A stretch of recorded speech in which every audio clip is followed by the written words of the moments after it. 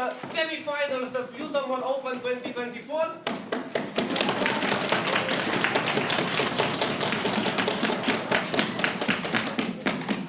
I want to congratulate both teams for their performance until now. My name is Giulio Gagna. I will be judging and chairing this final, semi-final, sorry. Together with me will be judging Adrian Schlicher, Nika Schlicher, Lara Schlicher. Eta.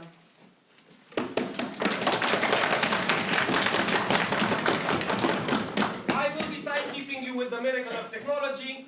You will be hearing, let's make it a little bit louder, after your first minute, before your last minute, when your time is over. From that point on, you have 15 seconds to finish up your ideas. Whatever that happens after those 15 seconds, the solution to the world's problems, too late, we're not going to write them down. Without further ado, I invite the first speaker from team opposition to start this debate. Here, here. I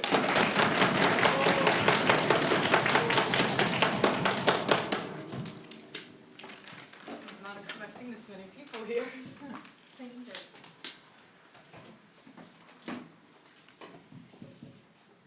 I'll be beginning my speech in 3, 2, 1. Mental health is a human right. However, that is a right that commercialization exploits for profits at the expense of the vulnerable. Hello, ladies and gentlemen. I am the first speaker of Side Proposition, and today I'll be doing two things in my speech. First of all, providing a few points of setup, and secondly, delving into our main constructive arguments. So, first of all, we define the commercialization of mental health awareness as the promotion of services of mental health awareness solely for the sake of profit. This looks like Lush selling bath bombs in the name of mental health awareness. It looks like the It's Okay to Not Be Okay movement, selling merch sold in New York City. This also looked like the big pharma industry selling serotonin production, inducing happy pills that actually cause worse memory and slower learning, right? However, what are going to be the metrics of this debate here, right? First of all, who has it better for the mentally ill people? And secondly, on who has better quality mental health services, right? We have three arguments here today. First of all, on how it exploits people on an individual level. Secondly, on how big pharma prioritizes profits over actual people. And thirdly, on how it forces children into therapy, which our second speaker will elaborate on. So let's delve into our first argument here on how it exploits people, right? The thing here is that the mental health services offered by commercialization aren't really that good. Most of the time, it looks like more and more surveys that are being put online on your Safaris, on your Google Chrome browsers, asking rather generic questions on whether or not you have ADHD or depression. It also looks like these useless quizzes online that say, oh, take this and you'll find out whether or not you have a mental health illness. So what is the uniting factor of these things?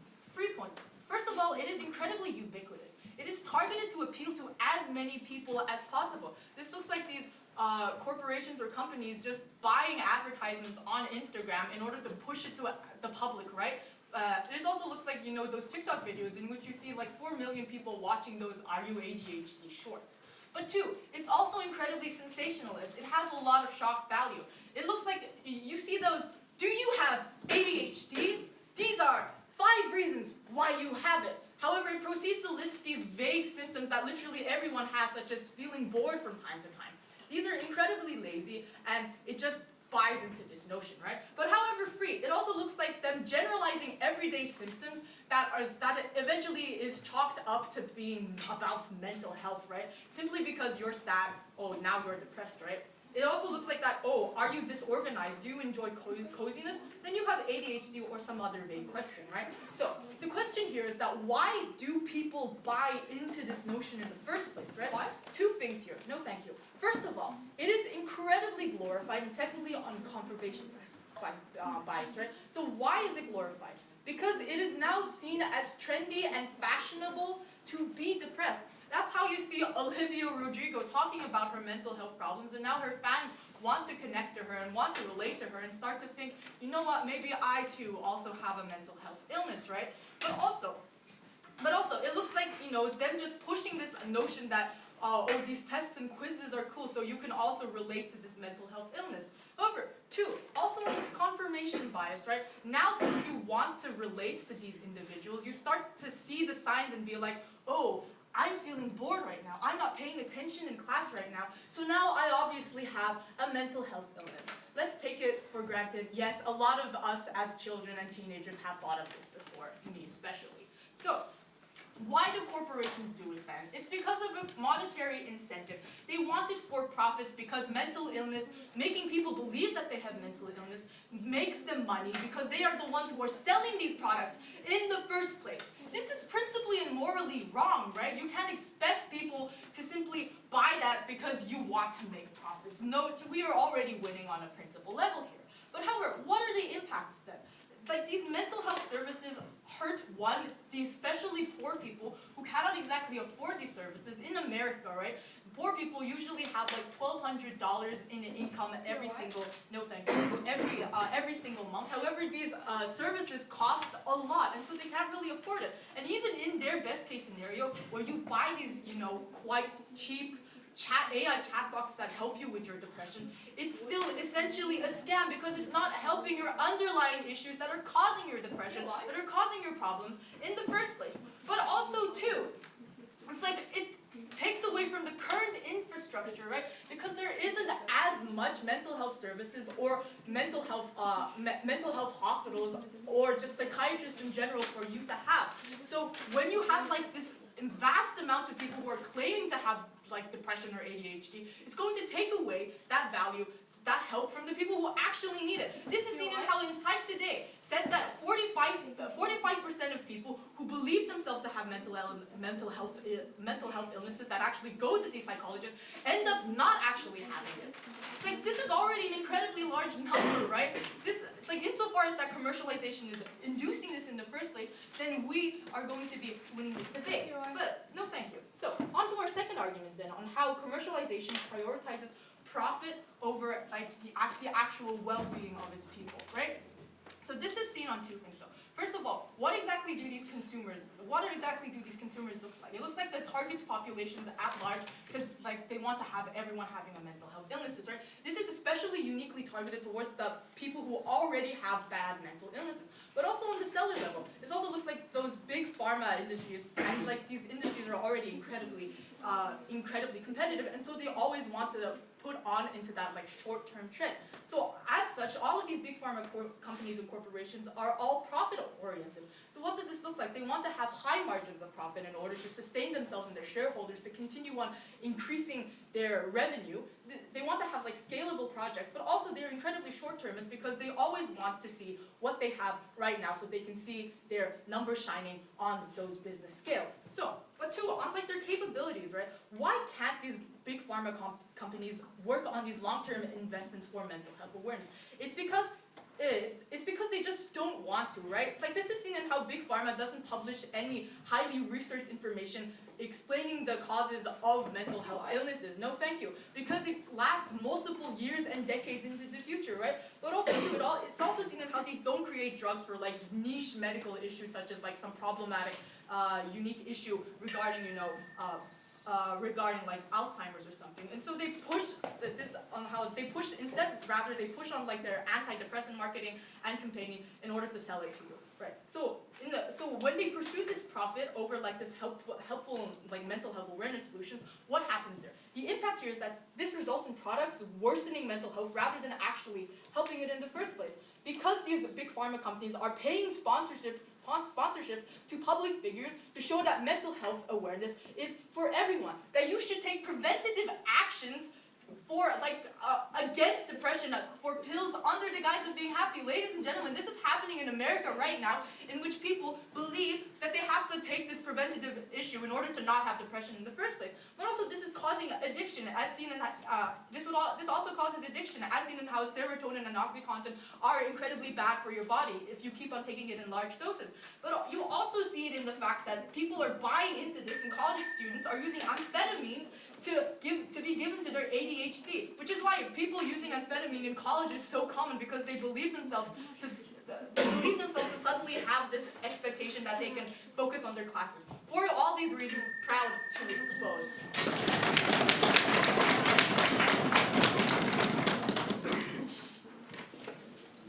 I thank the first speaker from Team Club and ask the first speaker from Team Opposition to present their case. Here.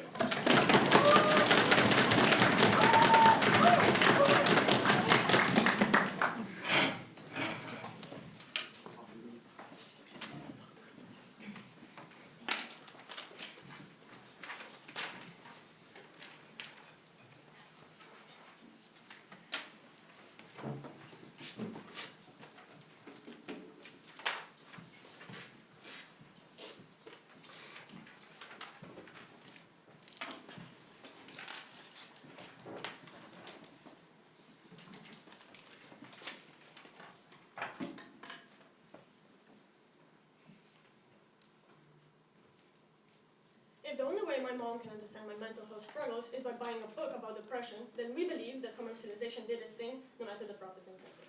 Now notice how the proposition team is trying to narrow this debate down to quizzes and tests and TikTok trends. Now we're going to go to 2 points of framing before rebuttal to not let them out frames. Now, first point, how does commercialized mental health awareness actually look like? What did it do? It looks like conferences, it looks like talks, it looks like videos where people talk about their experiences, it looks like selling products with positive messages and raising money for charities. And who is it done by? It's done by influencers, celebrities and companies. And most important clarification here. In a vast majority of cases, this is done in collaboration with mental health institutions and professionals. Why? Two incentives. Companies have the incentive for this because if they collaborate with professionals, they are more credible. And secondly, professionals have the incentive to do this because if they are actually concerned about the issues and want to spread a good message, they want to partner up to present the correct information and to spread the message. Now, for example, in Singapore, the McDonald's Party Room hosted a seminar for parents who want to better support their children's mental well-being. In collaboration with Positive Parenting Program, more than 58,000 people attended. Second point, how does a world without commercialization look like? It is still a topic people talk about, just comparatively less. The only people engaged with it are the ones that care about it and surround themselves with this content. It appears, yes, in the academic world, articles, journals, and documentaries, but an average person in the mainstream sees this less. The delta in this debate is therefore, should more or less people be in contact with mental health awareness? Now let's go to rebuttal. Their first argument is about the exploitation is. Now they talk about the status quo and why is it not good. Let's say that even the worst and safe scenario, this status quo is still the first step. The commercialization looks like to encourage you to seek professional help. It looks like to encourage you. And they are collaborating with professionals, and that is why we prove it is accurate. It is still going to be our argument. And they talk about TikTok and entertainment. Let me explain to you why that is not commercialization. That is not done by companies for the incentive of profit. That is done by individuals who seek validation. That is done by people who seek validation, not for profit. No, thank you. Now, let's go to their second argument, where they talk about prioritizing profit instead. Now they talk about prioritizing profit instead of people. Let's say if they want to principally point this thing, if we prove to you that the people's lives are going to be better, if we prove positive consequences, we wash down every principle here. Because it is most important that people actually have a better life than the principle of how they have a better life. Now they talk about the people. Now they talk about how people are just going to be convinced they all have depression and all that. First of all, in the worst case, by taking up space, you buy a book about self-help, you see there's nothing with that and you seek professional help. And even if people are convinced they have depression and then seek up space as therapists, notice how therapists aren't stupid. Therapists will see, oh, you don't have a mental health problem, you're not gonna be on my schedule, you're not gonna take up my space, take up the money of this country. Point of information, no thank you. Now even if, they have no analysis to how people are so desperate that by those TikTok trends they now believe they have to even take drugs. Now, notice how they talk about, okay, let's move on to our argument, which is commercialization leads to more mental health awareness. How does this happen? We have 4 ways. First is because of the profit incentive. In a capitalistic system, you profit with attention. And at the point at which many people engage with your product, it brings you profit. This is why on our side, even if stakeholders doing commercialization don't care about mental health at all, they have a unique incentive to still spread the message to as many people as possible. So now your mental health awareness conference will after all only be successful if there are many people there. Second reason why this happens is because of an already established audience space. A lot of capitalistic actors with a big outreach talk about it. Firstly, those are companies. People know about being company. When they advocate for something, people who know about them consequentially know about their campaigns. Secondly, celebrity endorsement. A great example of that is Dare to Share campaign where celebrities like Pink joined in and talked about mental health. Because Pink already has an established fan base, those people will engage with this content specifically because of her, even if they don't care about mental health that much. Notice how this engages with proposition. Third reason is because they want good reputation. Spreading awareness about certain issues often gains a lot of positive attention from the public. So doing that boosts the public image. This is in their interest because they know they will gain new customers or fans and therefore money. That is why companies will win themselves to spread more awareness. And fourth reason is because it takes place in the mainstream media. Commercialization through brands, companies, and celebrities ensures that the message reaches the average person. This means news headlines, social media posters, ads on TV, something everyone encounters on a daily basis. Comparative here on their side is much more academic. Yes, of course we have articles, journals, blogs, and documentaries and books, but this means that people who engage with this content and people who have to be people who already care about it. On on our side in mainstream media means it reaches much more people who would otherwise never encounter it. These four mechanisms prove to you that because of companies have an incentive to do that, it's going to reach more people. Second layer, before moving on to impacting, let's also explain why this content with which suddenly a lot of people engage with is a good portrayal to mental health struggles. Notice how they still engage with proposition. People want to earn as much profit from it as possible, so the best way to ensure a lot of profit is by making commercials well perceived from the public. These are big campaigns in which they invest a lot of money, so they have the incentive to actually make them good. They know that poorly done campaigns will damage their reputation, so they have the incentive to hire advisors, so that advertising is not incentive. Bad portrayals mean backlash. It means losing money. Example of this is Burger King releasing an unhappy meal as a mental health campaign executed badly, which caused them to lose money. People felt abandoned and didn't want to buy food. This layer of analysis therefore proves that even if companies don't care about the topic, they care about it is not in their interest. They care about their reputation and profit. It is not in their interest to execute it badly. Now, with that out of the way, third layer, what are the impacts of greater engagement with this mental health content? I'm going to give you the first impact, which is less stigma. When you are aware of the prominence of mental health issues and what the consequences of those are, you have more understanding when you see them in real life. Plastically, if I'm educated about the fact depression can make it really hard for people to maintain personal hygiene, my reaction to seeing that in public will not be as negative as I am not as shocked to it, but rather understanding.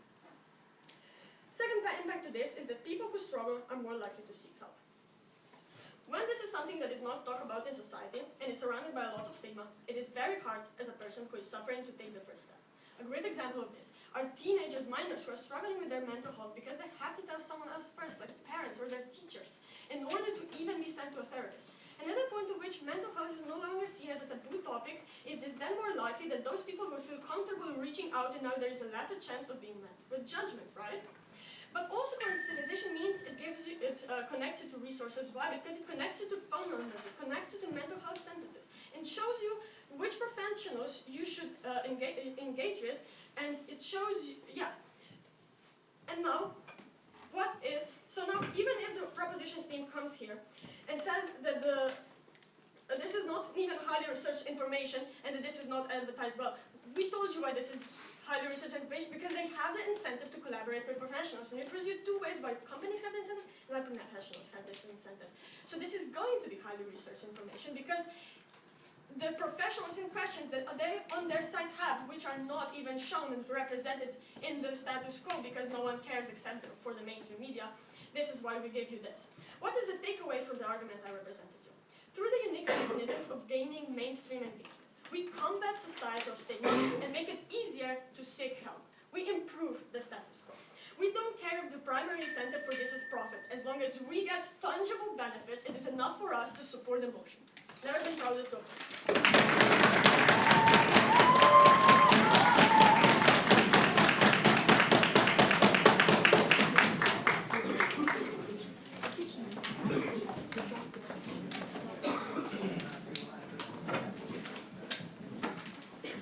Great, and let's hear the second speech from team opposition.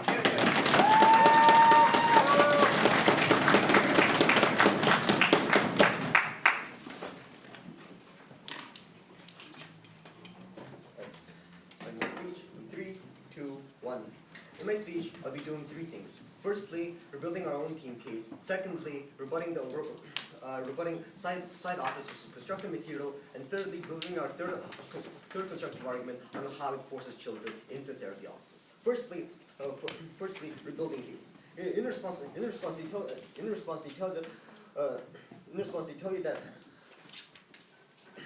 they tell you that they encourage in response, they tell you that these people say that they encourage professionals.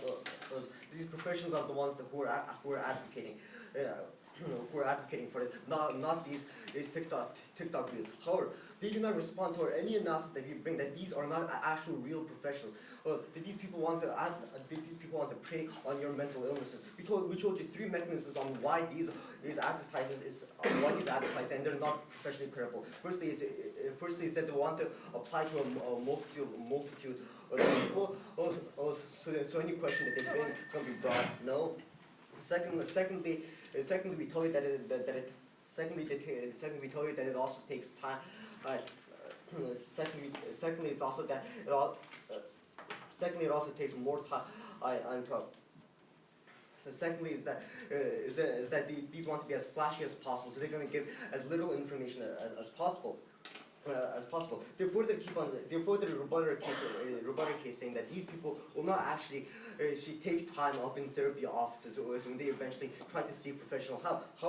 However, this is not as simple as diagnosing these mental health illnesses. It takes months upon months to actually diagnose it in the first place, because a mental health illness is unique to every single person. The traumas are going to be all unique to themselves, meaning that it takes months upon months, at least a minimum of 6 months, to actually diagnose it. That's why it's going to overwhelm the pre-existing infrastructure that is put in place. Secondly, they also never.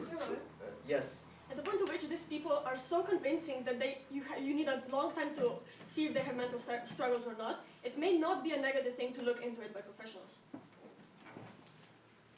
Okay. The reason why these big companies aren't even gonna use professionals is that professionals don't really gather that much attention. Rather, we're going to more popular brands and popular celebrities, because they just have more influence. So that's why they don't have real credibility on their side. Also, secondly, they didn't really truly respond to our second constructive argument on how these big pharma companies are going to be exploiting it. And the reason why this is so important is that these big pharma companies have historically been known for exploiting their own patients, their own customers. For example, look at the for example, let's look at the opioid crisis. Look at the opioid crisis. Opioid crisis, where they specifically marketed to making their doctors market to their own patients, because they would be selling them more money. And also another example is that in 2010, a big pharma company tried to sell Prozac, an antidepressant, saying that it's the best antidepressant out there. However, in reality, it wasn't. People started overusing, not really solving their mental health illnesses. No, mental health illnesses. And in their first constructive argument, they tell you that they're also going to be spreading awareness on how because these companies want as many customers as possible. However, the only reason why this argument is actually going to be supporting their side is that they're going to be spreading true information in the first place. Is we told you that they're actually not going to spread true information because they want to reach as many people as possible. So that means they're going to be simplifying any words that they're going to be doing. And also, they're also not going to be talking about any nuanced mental illnesses at all, because these nuanced mental illnesses such as schizophrenia, Alzheimer's, are really rare diseases. That few people have. So that means they're not going to be spreading any words, because it doesn't bring any new customers. Bring any new customers. Bringing new customers, and their end impact on them having less stigma on their side is completely not true. Because remember, panel, this isn't a retrospective debate. We're looking forward. So we believe that any awareness that they bring to the table is that it also exists on our side. So instead of continually commercializing it, we say it's better to properly treat these patients. Also, second line of response is that our second line of response is that people use their family members as a way of coping. And the reason why these family members aren't going to stigmatize you, aren't going to marginalize you, and aren't going to have prejudice against you is that these are your children, these are your parents who have lived your entire life with. They aren't going to completely throw you and kick you out of the house just because you have a mental illness. They also want to help you. They see you as struggling. They see you in pain. And they see you. You're constantly frowning, being sad. What that means is that they're actively going to try to ask you what's wrong, which means you're more likely to actually come out. And that also means that your parents, who also care about you, who also care about you will mean that they'll try to bring you to a general doctor, and most likely that after that general doctor or sees you having a mental illness, they're going to actually refer to a real psychiatrist with real credentials. That's why another side how people get treated. But also, most importantly, is that these large companies aren't the only one who is spreading mental health awareness as well. There are other organizations such as the UN. Their third Sustainable Development Goal is of mental illness, meaning that they are actually going to be spreading as well. And the reason why the UN is such an important actor is that the UN is a very credible one. It is an incredibly credible one because it is the united institution of all the world governments, and that's why people are going to trust the UN. And moving on to our third constructive argument on how it forces children into therapy offices. Panel will note that this deals with side opposition's best case scenario where any mental health illness and where any mental health awareness messaging is true and people believe in it. Now, since people believe in it, it's going to be their number one priority. They think that mental health illness is their number one priority, and what they're going to do next is going to push it on their children because their children is the thing that is most important to them.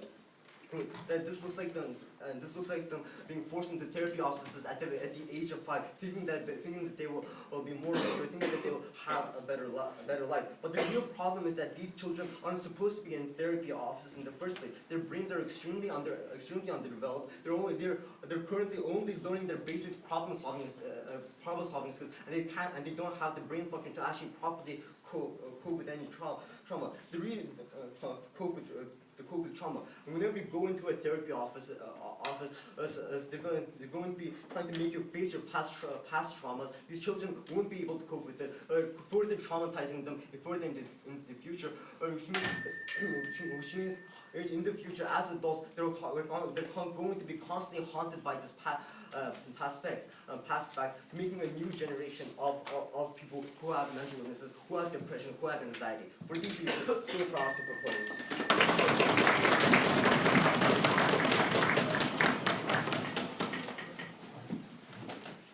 And let's hear the second speech from team opposition. Here.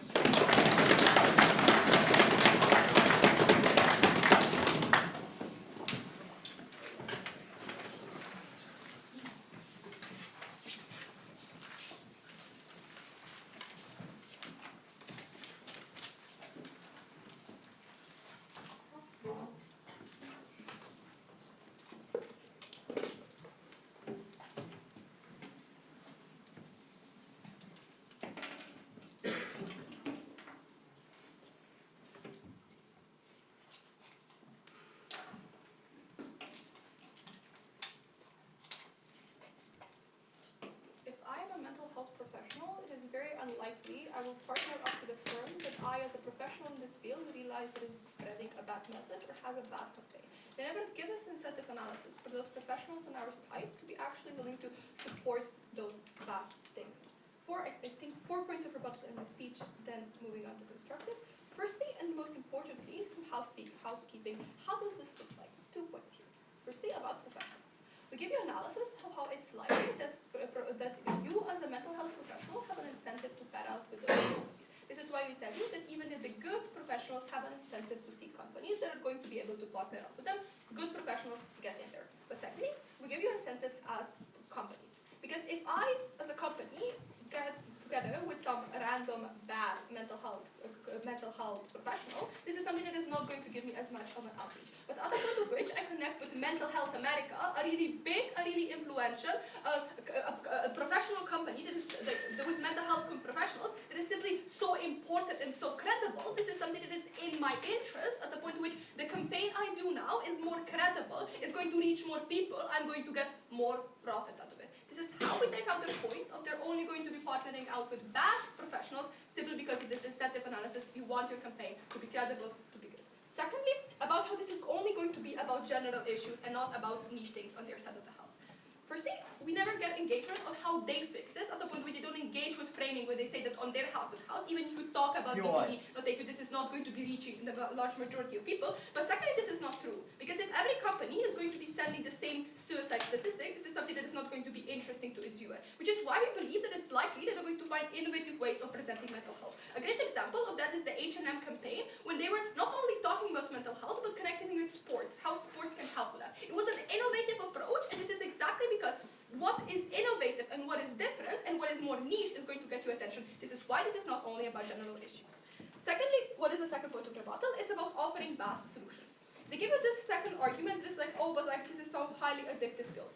Firstly, we believe this is really extreme and this is really unlikely to happen. Firstly, because at the point of which a company sells a pill that kills someone or makes them addicted, we believe that this company is eventually going to be shut down. This is an extreme characterization. Let's take their argument at a more realistic level. This looks like them selling self-help books or oils or things like that. This is realistic. How do we deal with this? Firstly, this is going to help some people who are slightly sad. We believe that it helps them to read something positive. That's great. But secondly, what is the worst case scenario on our side of the house? If I'm depressed, I buy a yoga ball that's supposed to help my depression, and at the point in which I see, oh wait, I'm still depressed, I'm like, oh, I guess the yoga ball didn't work, I'm still going to seek therapy. This is the worst harm that they can present you, that I'm just going to realize that this doesn't work, because we do believe that depressed people are going to realize they're not happier because of a book. This helps point is out of the stage, no harms. Secondly, they try to talk to you thirdly, they try to talk to you about people self-diagnosing.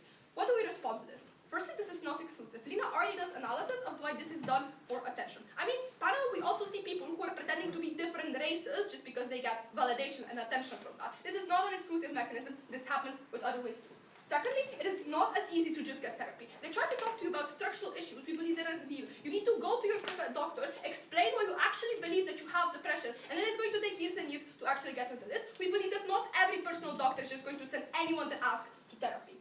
But thirdly, the worst case scenario here is that you simply go there and at the point at which I tell a therapist, so I did this quiz and it told me I have ADHD, those medical professionals are probably going to see that they don't need to take 6 months to examine you at the point at which your reasoning is, I saw a quiz about this. But even if Lina already responds, how at the point at which we're very confused why it would take 6 months to see if someone has ADHD, in those cases they probably do have some issues. This is how we take out this point of the debate. This is also responding to their third argument about little kids being forced into therapy. Firstly, if the therapist is going to see that processing trauma with a 5-year-old is something useless, they're probably not going to do it because medical professionals see what would be good for the kid or what it wouldn't be, so they're going to say, no, this kid is not going to be in therapy. But secondly, we believe that if this kid has such horrible trauma, they should be talked to. This is good. Now, fourthly, let's talk about the positive information we get on our side of the house. The exclusive mechanism is that on our side, it reaches more people. They try to talk to you about United Nations going to spread this. Panel, notice how McDonald's has a larger base of more people like McDonald's or people follow McDonald's like United Nations. At the point at which United Nations, and we already debated in the last round how it's a very not important institution in the status quo, we believe that only on our side, through mechanisms in our first arguments, check your notes, we believe that those are the only actors who have an incentive to get to a large group of people. We have mechanisms. Why is this really important? Firstly, because of our stigma. They don't get this point. He says, oh, but your parents are not going to stigmatize you and throw you out of the house. This is not the impact. We talked to you about at the point of which I know more that depressed people are a thing, and I know that some people have a hard time taking care of their hygiene. I'm going to be less horrible to this person at the point in which I see this in person. There is less societal stigma. Secondly, those people are more likely going to seek help. They don't engage with this point. We don't only give you incentives because you are less embarrassed, but also we give you resources. NFL did a mental health campaign where they put their phone numbers of where you can get resources, websites of how you can get help. This is only then a pathway for you to actually access resources. But just to extend on this point, we also can get political change.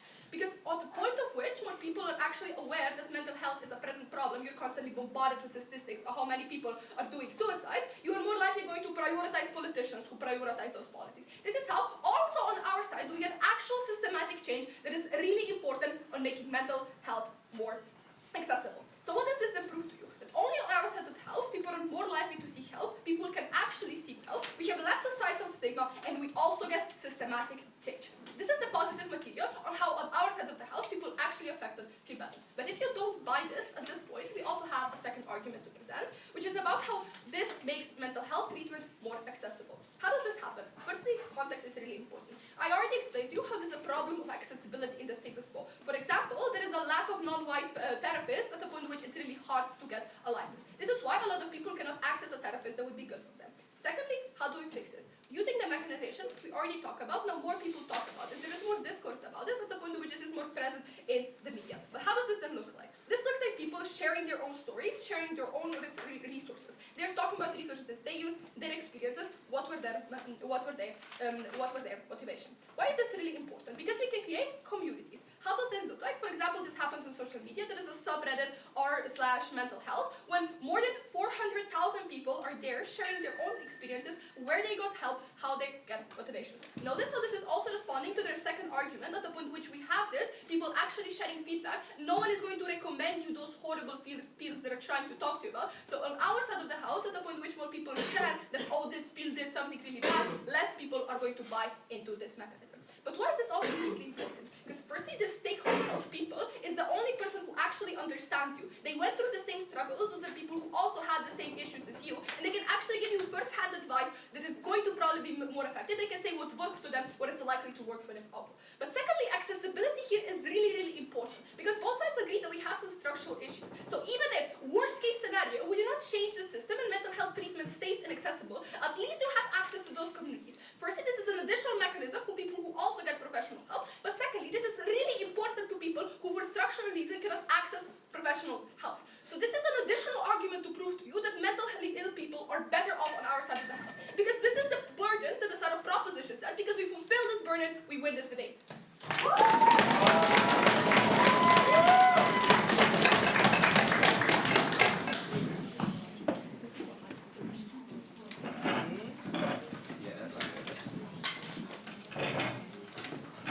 Great, and let's hear the third speech from team's opposition. Here.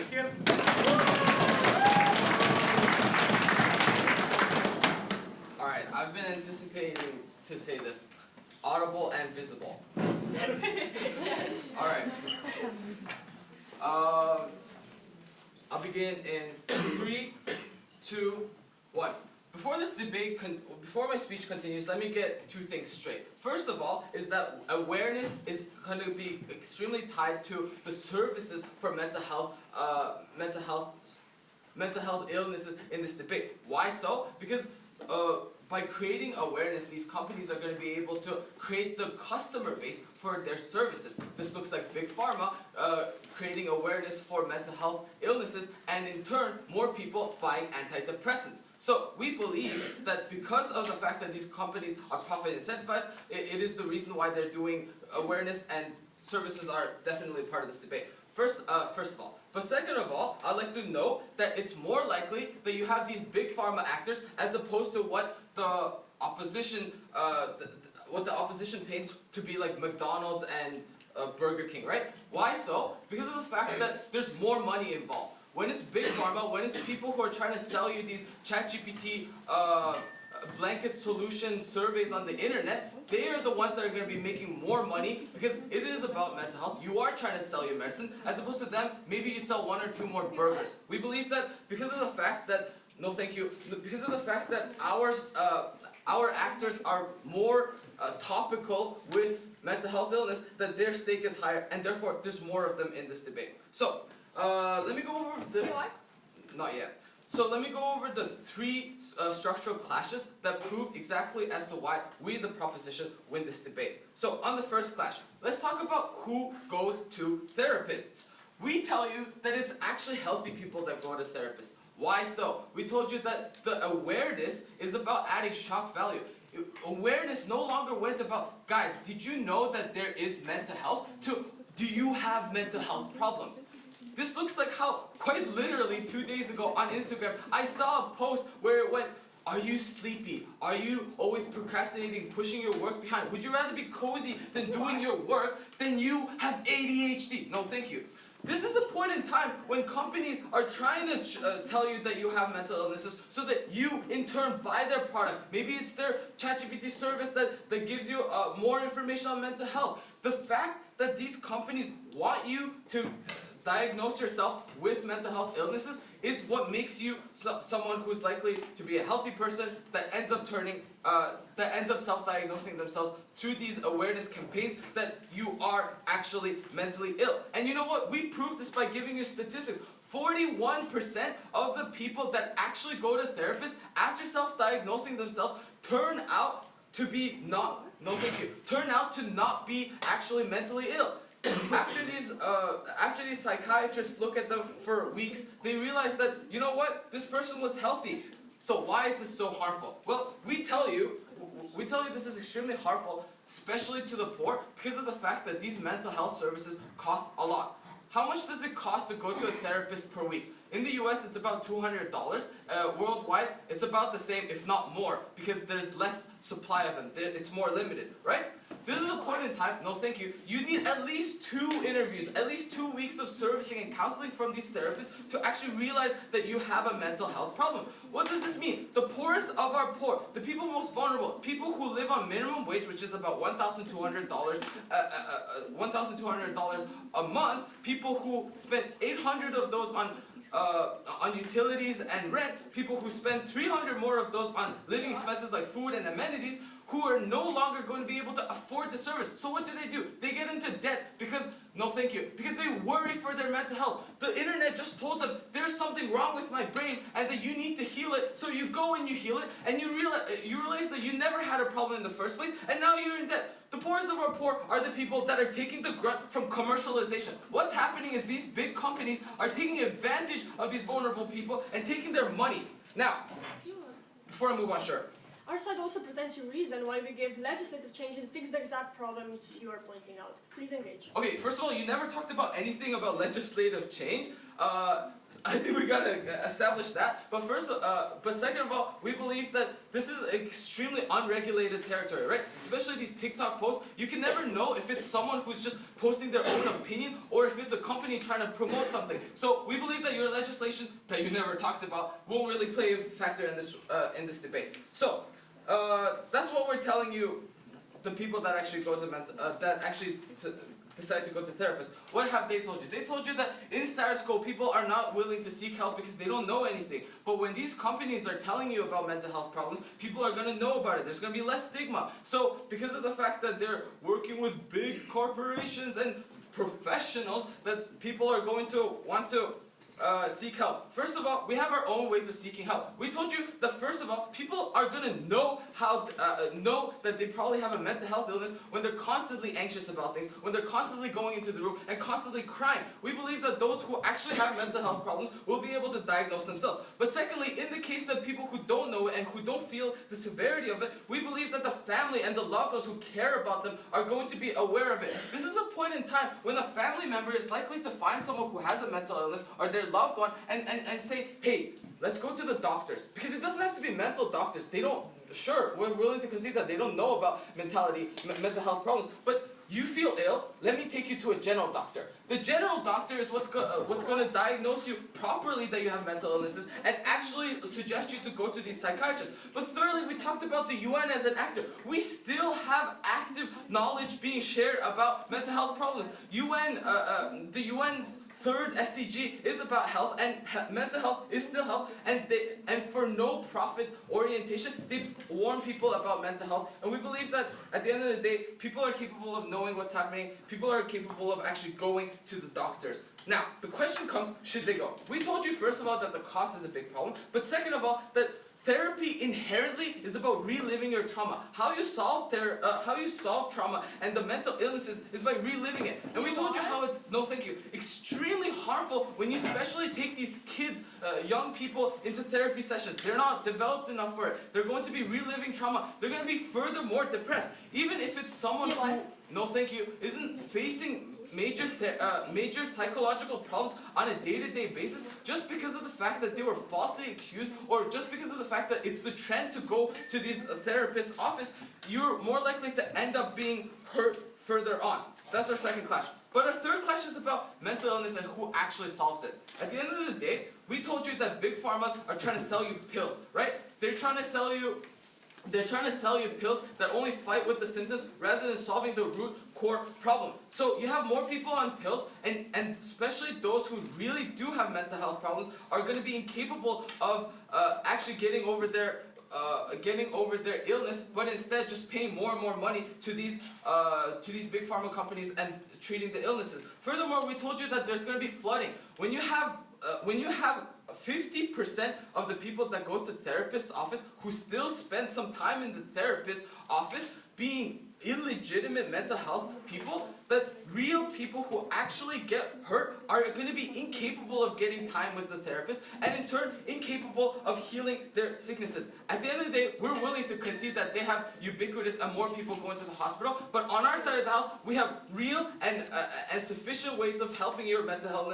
illness, and we have the truly hurt people finally getting the help they need. So proud to propose.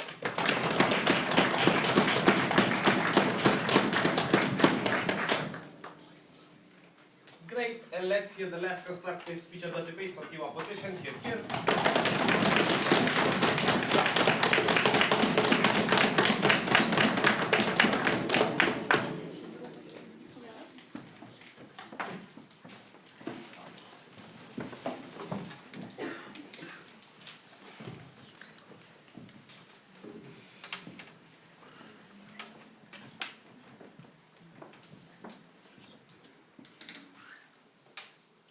Commercialization isn't the solution, it is the first step.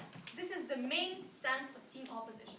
In my speech, I'll be going through firstly some clarification on framing, and then I'll be going through clashes individually and why we want it. But firstly, on framing. The side of opposition tries to narrow this debate down to companies like Big Pharma trying to sell you pills. What side of opposition tells you here that no, it is very likely that commercialization also includes companies who have the incentive to actually bring mental health awareness. We give you two structural reasons why this happens. Firstly, because doing this will bring them good reputation. But secondly, because in the status quo, they already talk about certain issues in society, like LGBTQ issues. These are two unique mechanisms with which we prove to you that companies are likely to be in this debate. Well, what they also try to drag into this debate is TikToks and people online saying the top 10 reasons why you have ADHD. We already dealt with this in our first constructive, where we tell you that this is something not done for profit. This is something done for attention. Point. Therefore, this does not come into the debate. No, thank you. Okay. Moving on to our first clash, which I think is the most important, and it conquers and it talks about people suffering. What they tell you on this side of proposition is that it's bad for people suffering because people who do not actually have mental illnesses take up space with them. Firstly, we have two responses. Therapists are not stupid. At the point of which you come to them and tell them, oh, I'm here because TikTok told me I have depression, you will likely only have one session before they tell you you do not need mental health. Point of information. No, thank you. But even if this then one therapy session means that you are taking away space from someone else, we are willing to trade this off because this is likely to only be once, compared to if someone actually has mental issues that would likely be called into therapy. Okay. Then secondly, what they tell you on the proposition is that, but these big companies actually sell you products that are so damaging to your mental health. What they tell you is that this is really uncharitable characterization, and that what this actually looks like is companies selling tote bags and self-help books. And we tell you that even this is something that could be beneficial to people suffering from mental health issues. But what we also tell you on this point is the very important thing about communities. These communities then create, and on these communities, people share solutions or ways in which they have helped themselves with their damaged mental state. Point of information. No, thank you. So these communities are a unique mechanism that is likely to appear on the side of opposition that helps us kind of combat these damaging products that the side of opposition tries to put us. But the third point they say why this is bad for people suffering is because this is harmful for children, because you are forcing them to face trauma. Two responses here. Because firstly, notice how child therapists exist who already deal with children suffering trauma from being raped as a child. But secondly, therapy isn't just about trauma, it's about fixing your mental state. If you're depressed, it is not necessarily come from a traumatic event in the past. Also on this point of people suffering on proposition, the biggest problem there is the stigma surrounding it. The side of proposition does nothing to actually combat the stigma surrounding it. Why is this such a big problem? Because on their side, people are much less likely to actually seek help, at the point of which this is not something often talked about in society. You are more afraid, even as a child, which is the target group they want to focus on. No, thank you. You are, as a child, more afraid to tell your parents because there's so much stigma surrounding it, and people with mental illness.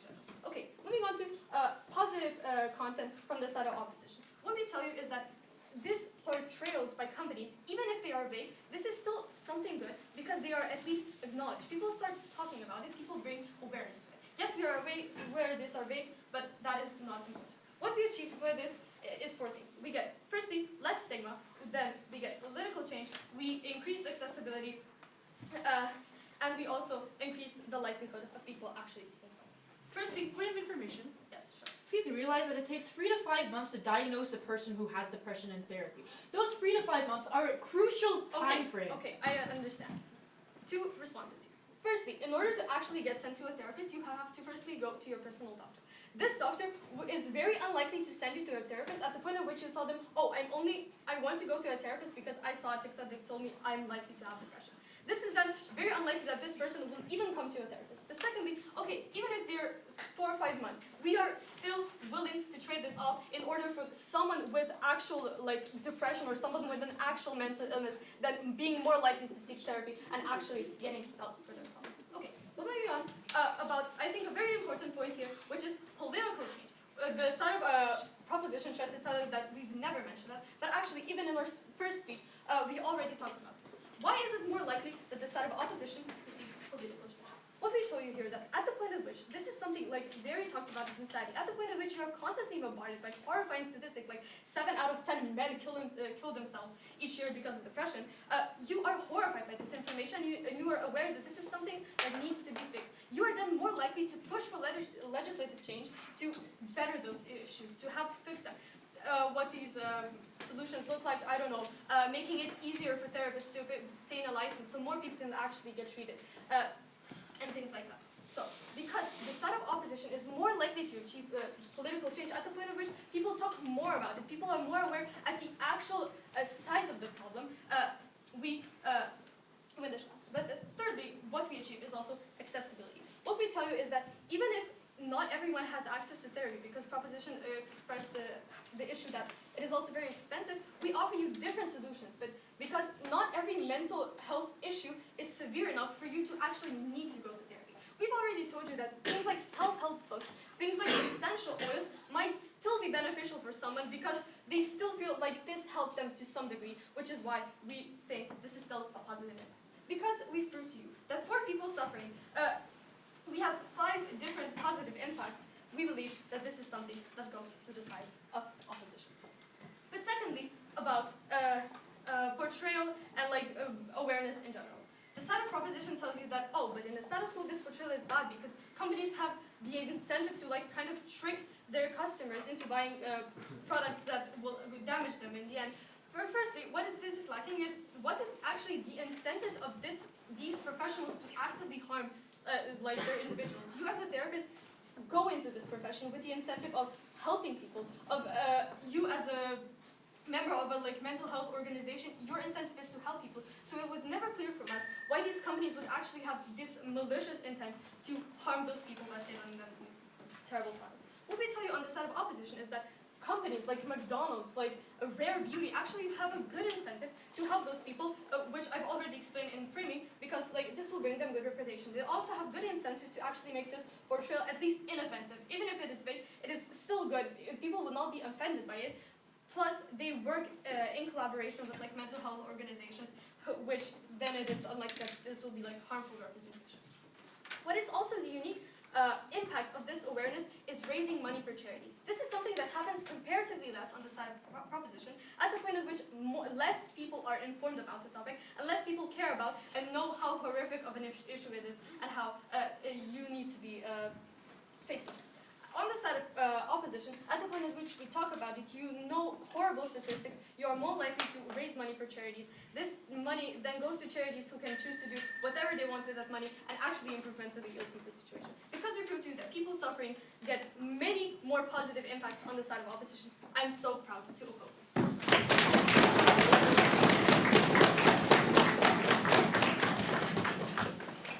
And let's hear the reply speech from team opposition. Here.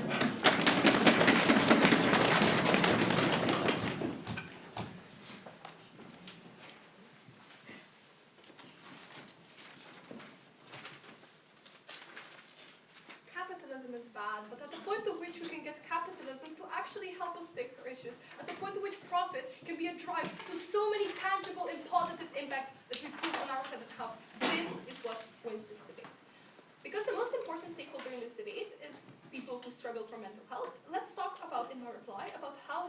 it a better world and get those people better help. What is the mechanization behind our case? It's pretty simple. On our first argument, we give you four structural reasons. You have that in your notes because it's never rebutted. We give you analysis of why companies have a greater incentive, even if it's outside of good intention, an incentive to actually reach more people. This is established, not challenged by all. But this is why, at the point at which we get more people, this is now making more people aware. We also win on characterization. This has not been challenged in the third, at the point at which we could say that this is not boring messages, at the point at which we need to be innovative to actually get attention, to actually get profit, which is why not only that the people are aware of things, they're also aware of more different things, of many different things. We explain to you why it's not just like depression.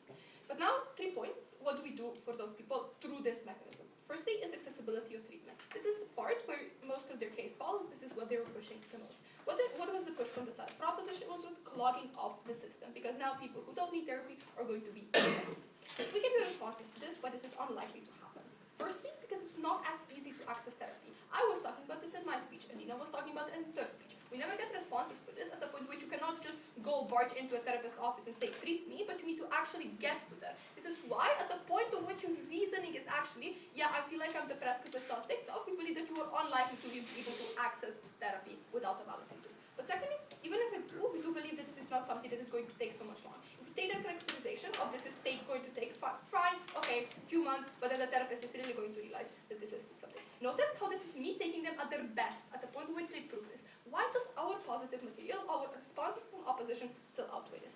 Firstly, because we battle internal stigma. This is why on our side of the house, more people are going to access treatment. We give analysis of how now, because you are aware that more people are talking about how it's okay to just feel sad for no reason, and depression is not just a thing of the weak people, you are more likely going to speak up about these issues. Secondly, because we show you researches. This is also taking them at their best, even if this is just a tote bag is going to come with a number you can call if you're in a crisis. But then also, not only we give access to research, we also give more research. Firstly, to systematic change. In my speech, it comes about political change, Lena extended this, but also we get donations. We give you an example of that in our framing, the McDonald's campaign, where they donate $2 million to charity organizations. But secondly, how do we get more research? We have a second argument about communities. Please remember that, because the side of proposition forgot about it. We never got engagement with it, and this is an exclusive path to victory, at the point at which not only do we have more resources, we also have extremely accessible resources they never have. What is then the second benefit we give for those marginalized people? We get a society that is more accepting. People are more educated about it, and people are more aware about it. We give an example of how a depressed person is perceived in the status quo. Because people are now more aware of this, you're likely to be more accepting of someone who struggles. This stands. But then thirdly, the only thing that stands from the side of proposition, what stays, is they're going to sell you bad things. They try to sell you, frame it bad, as in harmful, as in bad pills. They never engage at the point at which I call this out, to say this is extremely example-based analysis, and secondly, unlikely at the point at which this is something that is not likely to stay a functioning company if people are really suffering from this. This is a company is going to get shut down. Secondly, I explained to you how if we have those communities, people are probably going to be discouraged from taking those pills. But then also they present you as something as bad, as in useless, as in promoting you useless things. We deal with this, we tell you that the worst case scenario, what we concede is I'm gonna buy a book, I'm gonna see it doesn't work, and I'm still gonna seek therapy. Because on our side of the house, people who struggle are better off in so many ways. This is a clear opposition win.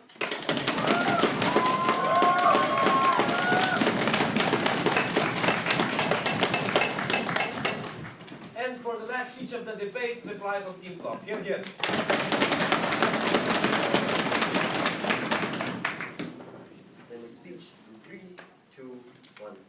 Inside opposition's world, the people who are spreading these mental health awarenesses, the people who are trying to give these mental health services, are big pharmaceutical companies that want to profit off these people's mental illnesses. The companies who are trying to partner up with brands and professionals who want to increase their profits, who want to increase their reputation. Firstly, on big pharma. The real reason why big pharmaceutical companies aren't the ones who are horrible actors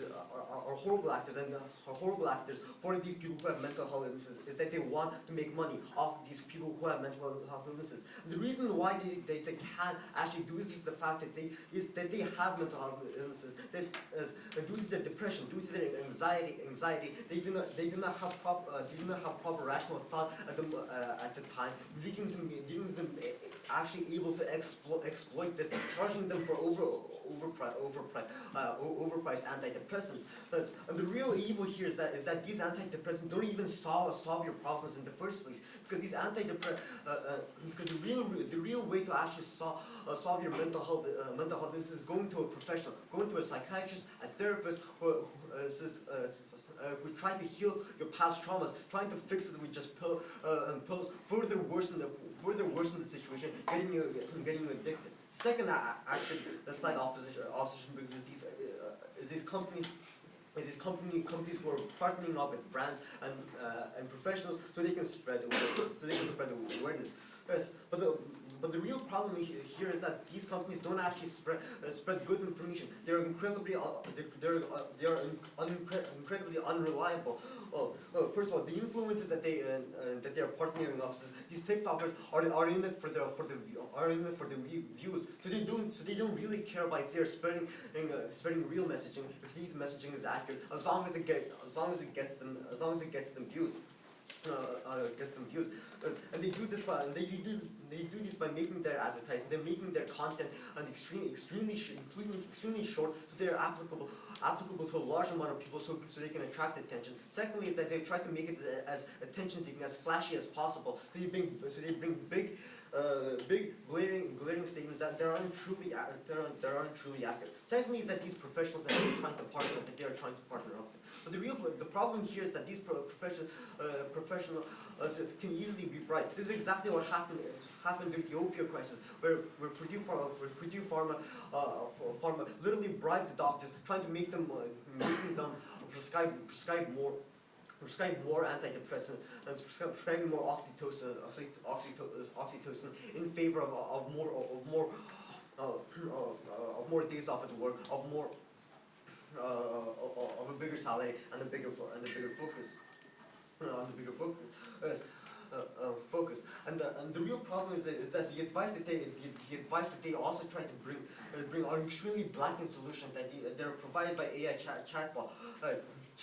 The real reason why people actually buy into this instead of a real therapy solution is that it's just much cheaper. $20 for a pill or $5 for a session with an AI chatbot is way cheaper than $200 therapy session. They will eventually follow this. So when these solutions eventually do not work, they fall further into depression, thinking that their mental health illness cannot be solved. They also waste their time and money. And sure, even if they go to a real therapist's office, the majority of the time they are the people who actually do not have mental health illnesses. Completely overwhelming it for 6 months, because you can't just diagnose some mental health illnesses within just one meeting. Within one meeting, there's 3 to 6 months that is taking up time. For these reasons, so proudly proposed.